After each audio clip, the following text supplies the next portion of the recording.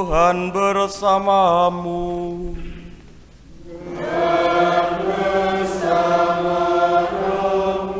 Inilah Injil suci menurut Matius. Dimuliakanlah Tuhan. Sekali peristiwa, Yesus membawa Petrus, Yakobus, dan Yohanes saudaranya, dan bersama-sama mereka ia naik ke sebuah gunung yang tinggi. Di situ mereka sendirian saja. Lalu Yesus berubah rupa di depan mata mereka. Wajahnya bercahaya seperti matahari dan pakaiannya menjadi putih bersinar seperti terang. Maka tampak kepada mereka Musa dan Elia sedang berbicara dengan Yesus. Kata Petrus kepada Yesus, "Tuhan, betapa bahagianya kami berada di tempat ini.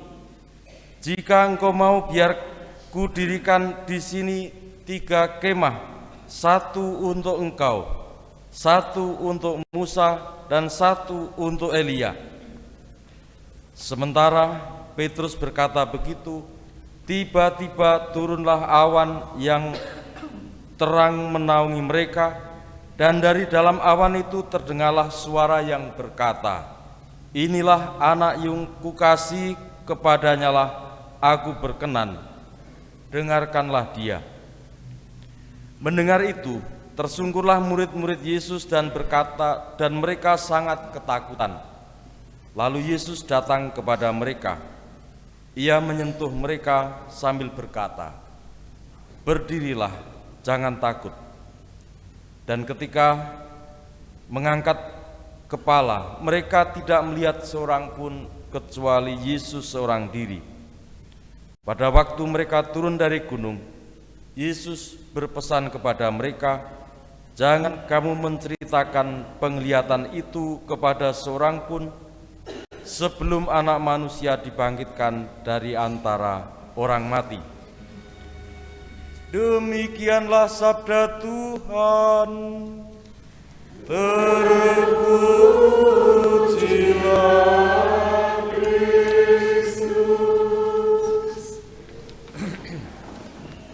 Bapak saudara sekalian, kita semua diajak semakin bersukacita, bergembira karena kita hidup mengikuti Yesus Kristus sebagai anak-anak Allah. Petrus menggambarkan semangat itu. Dikatakan walaupun dia takut dan tidak tahu apa yang mau dikatakan, tetapi Petrus tetap mengatakan sesuatu kepada Tuhan Yesus. Tuhan bilang, "Engkau berkenan, akan kudirikan 1 tenda untuk engkau, 1 untuk Musa, 1 untuk Elia." Suatu tanggapan yang menunjukkan kegembiraan sukacita dalam mengikuti Tuhan. Saudara sekalian, apakah kita juga bersemangat dalam mengikuti Yesus Kristus? Tidak usah dijawab. Karena apa? Ada percikan air ini saja kita seringkali gugup, diperciki kudungan.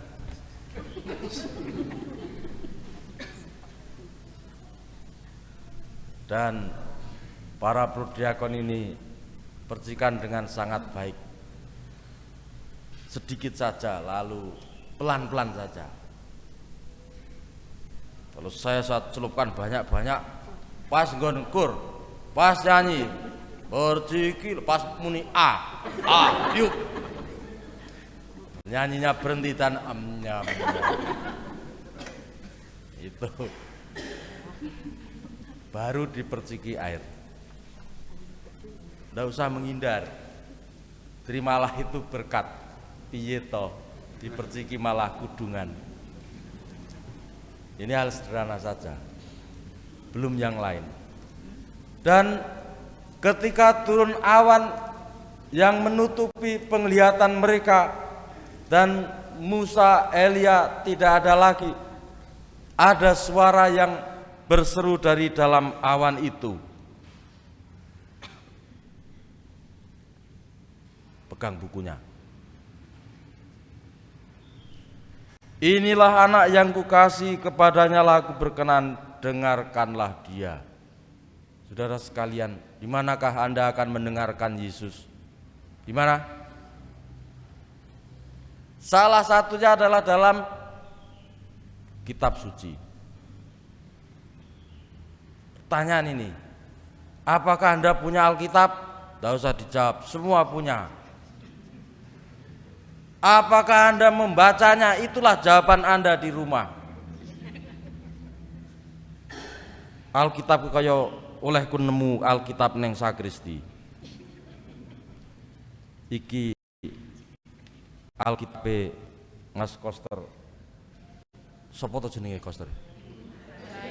Ya, syukurlah dek semua kenal. Ini Alkitabnya Bayu. Dan dia rajin membaca Alkitab di sela-sela dia bekerja, kira-kira lo ya. Saplok ya ono WA iki daerah tahu leren WA-nan. Apakah Anda membaca Alkitab Anda di rumah atau Alkitab Anda itu masih terbungkus rapi dan ditaruh di bipet yang paling atas dan tidak pernah ada bekas keringat yang membuat dia warna kuning-kuning di sini nih. Ono sing disimpen rapi. Terus ditanya, "Lho Alkitabe jenengan kok resik sregep menoleh ngresiki niku tesih anyar. Lah kok mboten diagem nggih napa tumbas?" Cepak-cepak njing nek kula dipundhut Gusti. Ya isido kae sok-sok digawani Alkitab ngene. Gawani kacamata, gawani lilin, gawani rek, gawani teken, rosario. Aku mbayangke, iki sing urip lek ora mesak-mesakno karo sing sedo. Mosok aneng kuburan kok digawani Alkitab, lilin, rek ning jero kuburan disuruh baca-baca Alkitab. Soalnya apa? Itu nek dulu kegemarannya membaca Alkitab silahkan. Kalau tidak gemar membaca Alkitab jangan dibawain, mesake.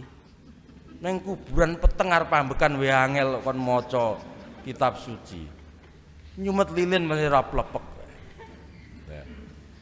Ora percaya buktekno dhewe. Neng kuburan. Dan ajaan kita dalam surat Gembala Bapak Uskup untuk olah rohani mengembangkan iman kita pada masa Prapaskah ini salah satunya dengan membaca dan merenungkan kitab suci. Prapaskah wis tekan hari keberapa hari ini? Hari keberapa? Hah? Piye toh? Hari keberapa? Hitung sih. Baiklah, tidak ada kata terlambat. Apakah Anda sudah membaca Alkitab di rumah? Tiwaso sampean sok gawani Alkitab.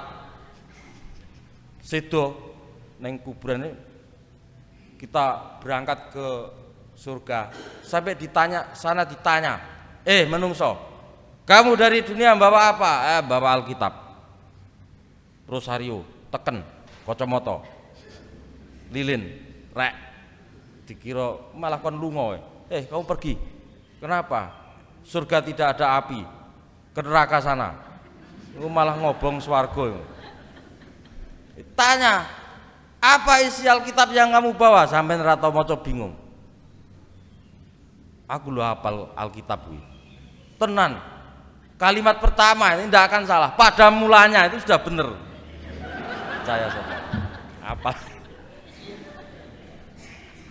Dan ajaran yang ada di dalamnya, kasihlah Tuhan Allahmu dengan segenap teragamu, dengan segenap akal budimu. Dan yang kedua, sama dengan itu, kasihlah sama manusia seperti dirimu sendiri.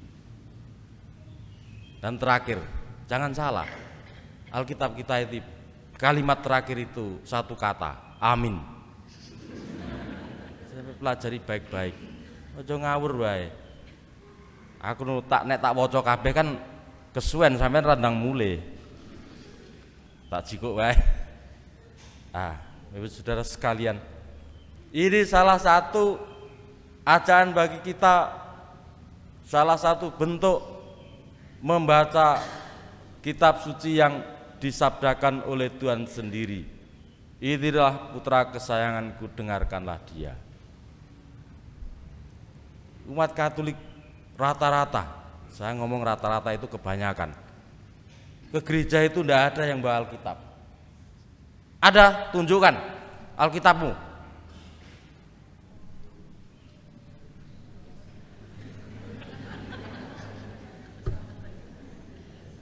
Hah? Kor ada bawa Alkitab?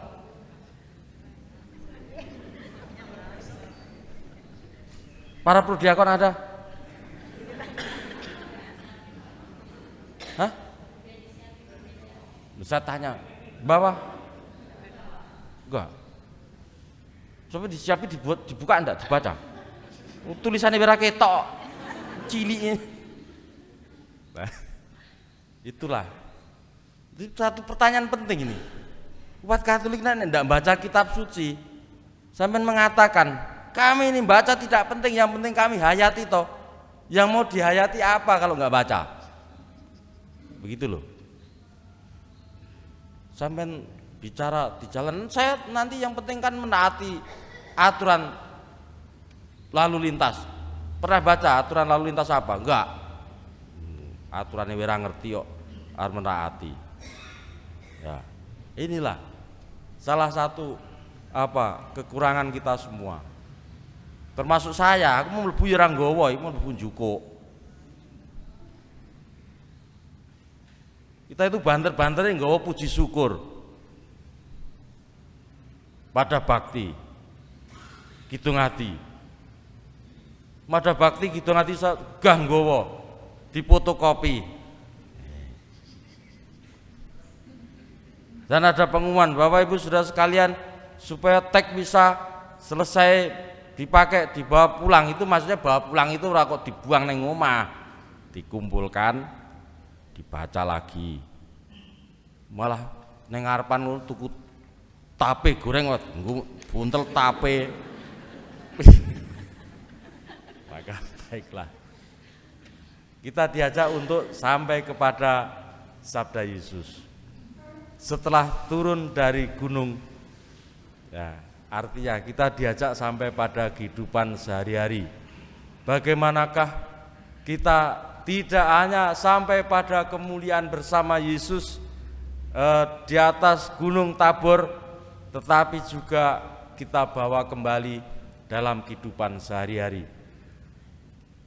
Kita mohon supaya kita pun dengan semangat kita, dengan sukacita yang kita alami, karena penampakan wajah Yesus yang mulia menggambarkan pula bahwa kita ini adalah anak-anak Allah yang sudah dibawa pada kemuliaan sejati.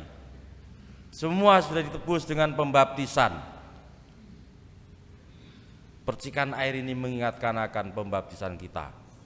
Sekali lagi, ojo rewel, diperciki kudungan.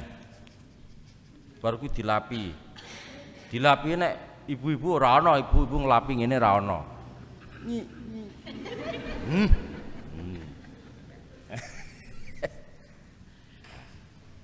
Biarlah kita hidup seperti yang dialami oleh Abraham dalam bacaan pertama. Dia dipanggil oleh Tuhan kepada Abraham, tinggalkanlah negerimu, sanak saudaramu dan rumah bapamu ini, pergilah ke negeri yang akan kutunjukkan kepadamu. Saya yakin kita semua sabda ini ketoke, oh Abraham suruh pergi. Apakah tindakan yang menyenangkan? Tidak. Bayangkan, Anda disuruh meninggalkan rumah, tinggalkanlah saudaramu, kampung halamanmu, ke negeri yang akan kutunjukkan. Di mana Tuhan? Kok malah ngenyang toh? Tak tuduhke mengko, iya di mana? Mengko. Ngeyel wae.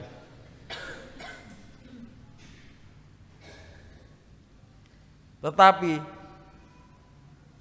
niat Abraham, ketaatan Abraham akan sabda Tuhan membawa dia menjadi berkat bagi seluruh bangsa. Kita mohon supaya kita pula diberi ketaatan dan kesukacita bersama Yesus. Untuk dimampukan mengikuti Dia, kita mohon karunia Roh Kudus. Tuhan memberkati, Tuhan menyertai kita kini dan sepanjang segala masa. Amin. Aku percaya akan Allah, Bapa yang Maha Kuasa,